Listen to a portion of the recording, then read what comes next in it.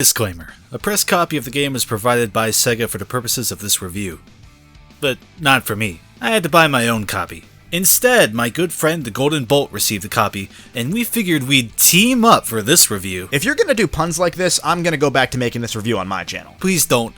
FTCR needs these views so we can feed Steven. He's a very hungry boy. Why won't anyone feed me?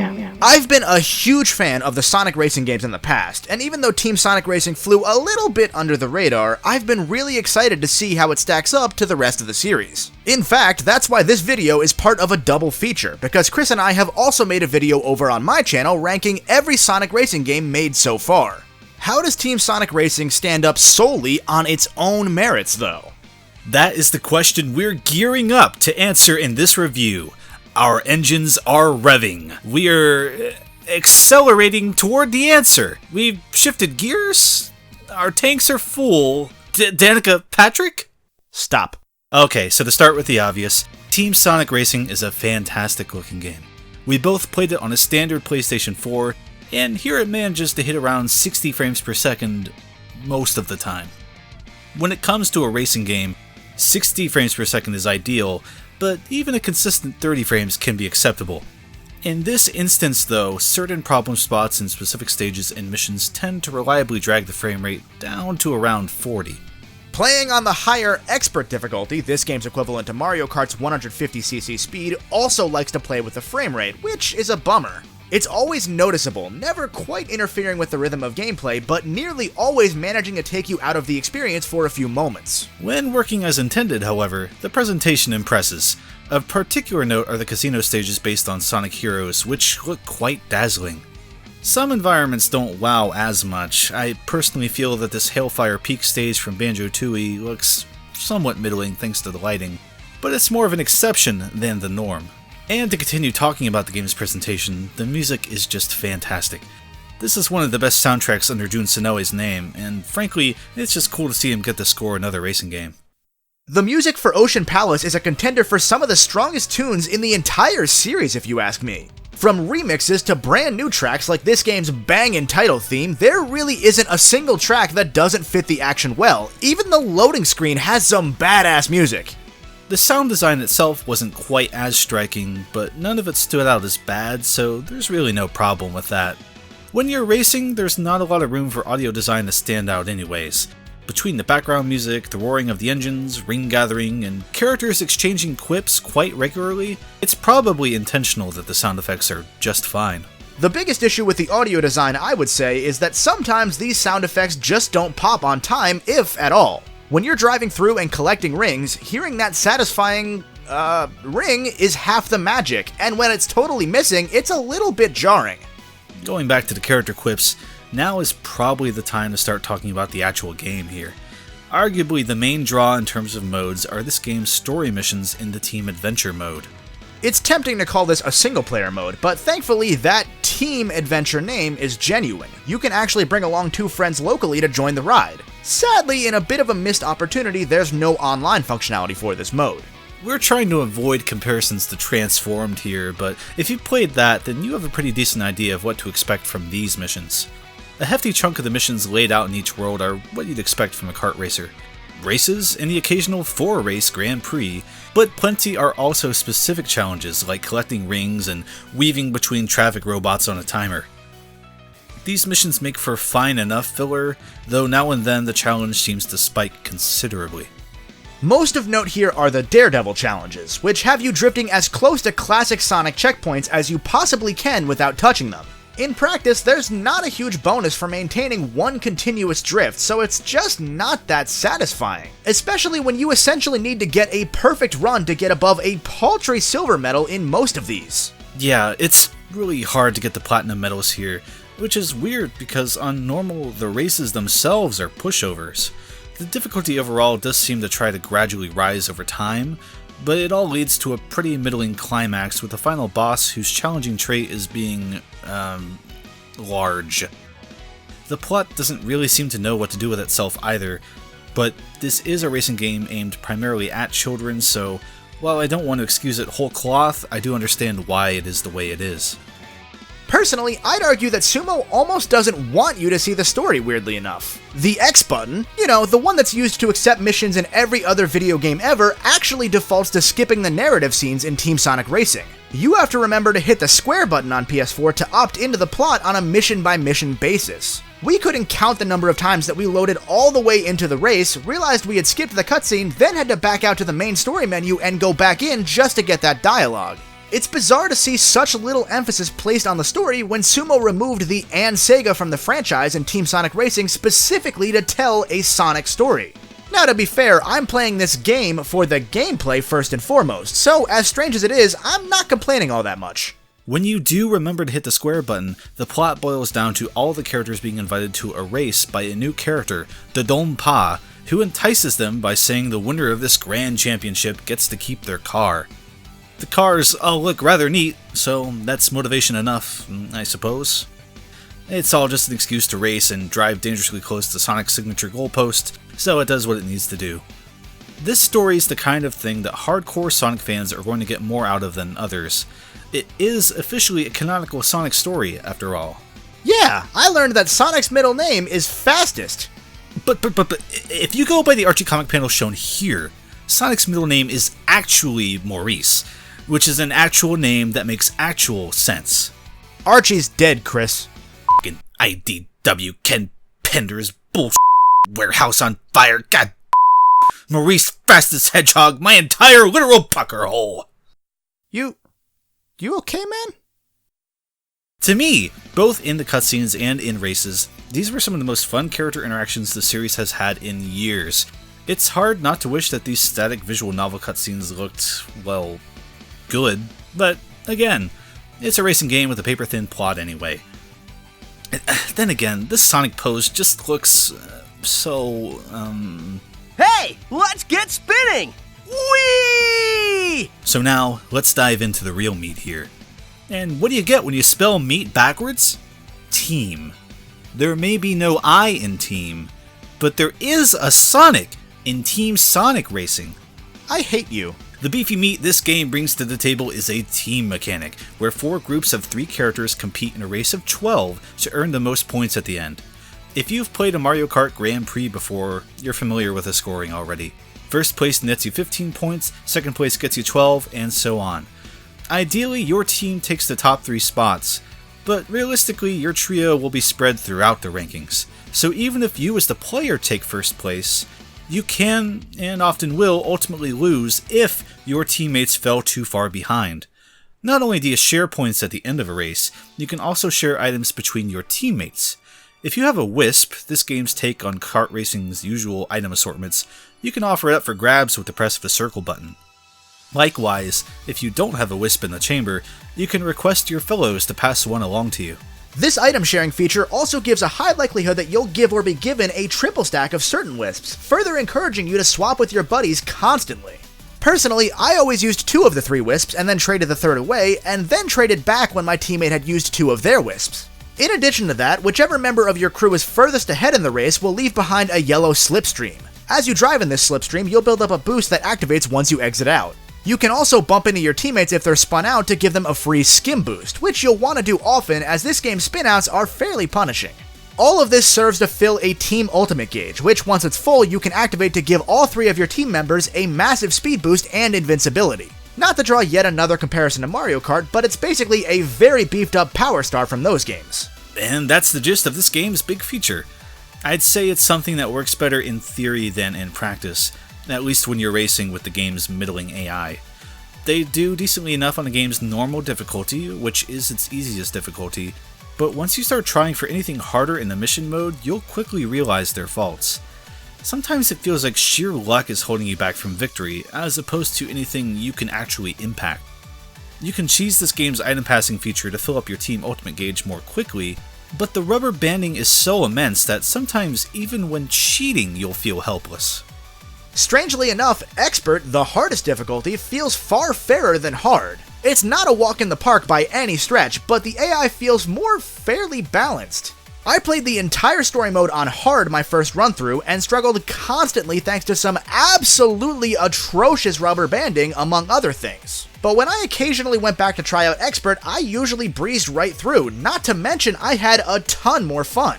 We may need to spend more time doing Expert races to be certain, but if not for the slower race speed, hard feels like it should have been this game's Expert mode based on our time with it. In addition, only a handful of characters in this game feel viable for any kind of serious play. The roster is split into 3 types: Speed, Technique, and Power. Each have unique Wisp power-ups, one custom ability, and their own stat spreads, but only Technique feels worthwhile. Acceleration, Speed, and Handling are what you want in this game, and Power characters really only excel at one of the 3, and their special ability just lets them run through the barriers that block secret paths without slowing down. Too bad there are maybe 10 of those across all 21 tracks. Speed characters perform far better by comparison thanks to their stronger stat layouts, although their ability, the Radial Burst, is something that I didn't even notice for the first 15 or so hours that I played of TSR. You'll need to drift long enough to activate a purple boost, and if you do so at the right time, this ability will destroy any incoming projectiles with the burst of speed that you get. Compared to the Technique class's ability to ride off the course with almost 0 speed penalty, Speed and Power just fall flat. This means if you want to get down and dirty as Big the Cat, you'll have to accept that you're going to have a much more difficult time pulling wins than you would as other characters, and that you'll be relying on the Power class's items to even the playing field like they're supposed to. Of course, if you race against a computer-controlled Big, he's probably gonna wipe the floor with you because this game is balanced. Ideally, this problem would be solved by the game's modification system, wherein you can change stat distribution by equipping different parts to your character's vehicle, but it doesn't quite cut it. In Transformed, you could shift most characters to basically fit any role. Sure, some characters were still ultimately the best for certain tasks. Knuckles was the best for drifting challenges, as an example, but it did an infinitely better job than Team Sonic Racing manages. Most stat spread changes seem to make each character better at the things they're already good at, or just make them a jack of all trades and master of none. I'd love to play as Big more, but he only seems to be competitive when the AI is rubber banding him to a victory on an opposing team. While we're talking about the modifications real quick, could we speed up the unlocking animations any? This game's unlock system is the Mod Pods, a randomized gacha-style unlock queue where you'll put in 10 Sonic R coins and unlock either a new mod for one of the racers, or these bonus boxes, which are one-use abilities to give you an edge in the single-player races. Thankfully, the mods will never repeat, so you're guaranteed to get everything eventually, but you'll have to do so 10 coins at a time. There's no speed up option, and it's just ridiculous. Also ridiculous is that each character has 18 car mods. That's 6 each for the front, the rear, and the wheels of that car. But half of these are, and I want to emphasize the air quotes on this one, legendary parts that have the exact same stats and just replace that particular car part with a gaudy gold-plated variant. There's no bonus whatsoever to getting these parts, they're not even part of the trophy requirements, they're just there as padding. This is a huge missed opportunity because these legendary mods could have been our way of totally tweaking around a character's stats, but instead, yay, gold paint. As bad as it is, I ironically enjoy the horrible gold paint. It just looks so bad that I can't help but love it. Oh yeah, don't get me wrong, it's terrible, but it fits Vector perfectly. At the very least, there's a pretty robust customization suite, letting you change the paint colors of the cars using set color themes based on other characters or stages from throughout the series' history. It's something at least. Okay, we've spent 13.5 minutes and somehow barely touched on how the game controls. We're good at this. If you played either of the previous Sonic and Sega All-Stars racing games, you've got a good idea of the mechanics. After all, Team Sonic Racing is built heavily off of Transform's backbone. The controls still feel incredibly tight, the drifting is some of my favorite in kart racing, the boost from doing midair tricks is still an excellent adrenaline rush. There's just something immensely satisfying about pushing the limits to see how many tricks you can pull off, in this risk-reward kind of way, even if the reward caps off after only a few tricks. While at first it felt a bit slower than I would have liked, eventually I settled into it just fine and really started vibing with the gameplay here. It's still got that strange bit of jankiness that the trilogy has always had, where the games simply have no idea what to do if you're not going exactly forward. God forbid your car gets turned around slightly, or even worse, you hit something and 1 or 2 of your tires leave the ground because the camera will make you pay for it. The team mechanics, for the slight issues they may bring to the table, are a really fun addition to the formula, and when you're playing either locally or online with competent players, Team Sonic Racing might be one of the best kart games out there. But we'll talk about the online in a moment. I want to go back to that comment about TSR being built on Transform's backbone. That's because, really, it's built off of both of the backbones of the previous games, so much so that the team mechanic is most of the backbone that TSR has. Of the 21 tracks, almost half of them are taken from, adapted from, or heavily inspired by the previous two games, with a third of the tracks remastered just from Sonic and Sega All-Stars Racing 1. That's not a huge deal by itself. I mean, you could argue that half of Mario Kart 8's tracks are lifted whole cloth from previous games, but neither the old nor the new stages really stand out in Team Sonic Racing, and because of the way they've been chosen, they all like to blend together. The tracks are split into 7 zones of 3 acts each, and in almost every zone, the 3 tracks just feel far too similar for my taste. Having 3 stages heavily based on Sonic Heroes would make sense for a game that's just Sonic Heroes but with cars, but having 9 of them is way too excessive. Having 3 Planet Wisp stages devalues each one individually. Having 3 of those Heroes tracks in the usual Sonic Pinball Zone visual style made even my favorite tracks from the previous games lose their luster, even though they look better now than they ever have before. We definitely didn't need 3 stages each of Desert and Ice theme to be played back to back to back. Really, the only theme that landed for me were the 3 tracks that were based on Rooftop Run from Sonic Unleashed, because at least those stood out a little bit more from level to level. Yes, TSR started development at the same time that Sonic Mania was in development, but man, I would have killed for a Studiopolis track instead of just a paint color. And yes, I know they removed the transformed gimmick from this game, but why couldn't we have gotten Sky Sanctuary returning from that game with the Sky Road gimmick used here in Sky Road? Hell, I know this might be a bit blasphemous, but I would have even taken a Green Hill Zone stage happily compared to yet another return of a Seaside Hill track that I've already played before. Part of the sameness issue is that the tracks not only look similar, they're all rather simple in their design. There aren't really any tracks I'd define as challenging, even at first glance. The roads are usually pretty wide to allow for longer drift chains and the chaos that comes with 6 to 8 racers all bunched up in the middle of the pack. That much I can accept. But the turns are usually pretty wide as well, and the only thing that sprinkles the tracks here are the occasional item boxes and the incredibly infrequent positioning of rings.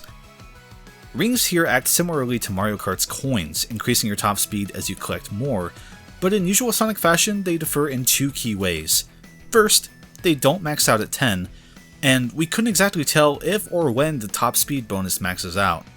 And second, if you get hit even once, you're going to lose every single ring.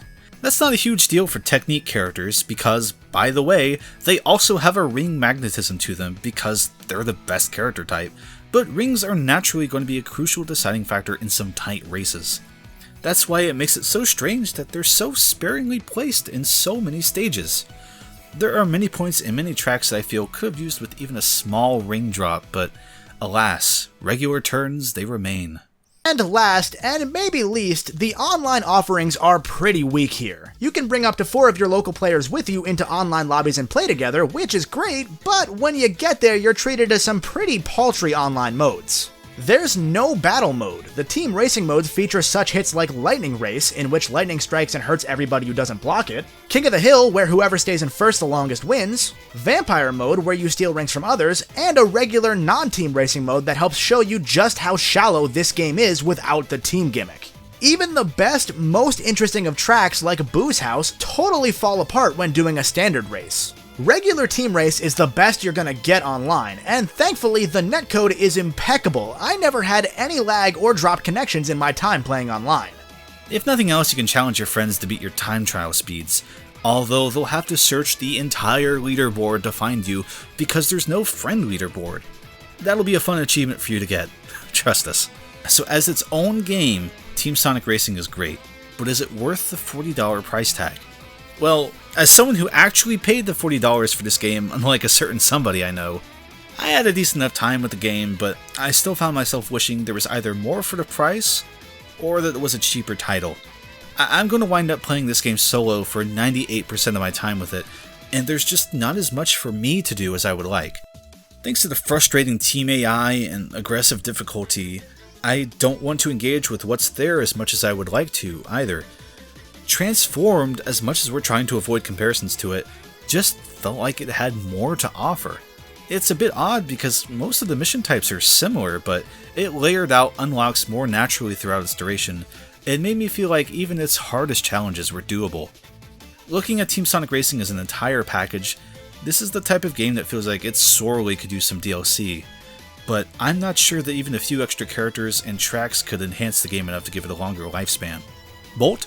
Well, in my opinion, I would say that TSR is a good game at $30, and let's be frank, Sega seems to feel the same way about that price. This game was already on sale for about $30 at some retailers before it even came out. I know this game was made by a newer team within Sumo Digital, and for what it is, it's totally acceptable. It's got some issues, but it's got a ton of promise, and I think if you can get some friends together to play it, it'll be a great choice to play on game night. But with that said, I miss the and Sega here. I really, really do. As somebody whose first big dive into Sega's game history was the All-Star series, I loved learning about these characters and properties that were all new to me. And to cut back to just Sonic left a lot of the game feeling a bit hollow in comparison. That's not to say that Team Sonic Racing isn't a fun time. Again, we can't stress enough that it's still incredibly fun, but I think I speak for both of us when I say it's a fundamentals kind of game. One that makes us more excited to think about the next Sonic Kart Racer rather than making us excited to play more of this one, either with DLC or as it currently stands. With that said, just how well does TSR stack up to the other 10 Sonic Racing games that have come out over the years? Like Bolt said at the top of the video, he and I dove into exactly that topic over on his channel, where we ranked every racing game the Blue Blur has had his name on, and you can click right up top to watch it. We didn't include those Japanese phone games though. Even you haven't played those. And if you comment below saying you have, you're a stinky liar.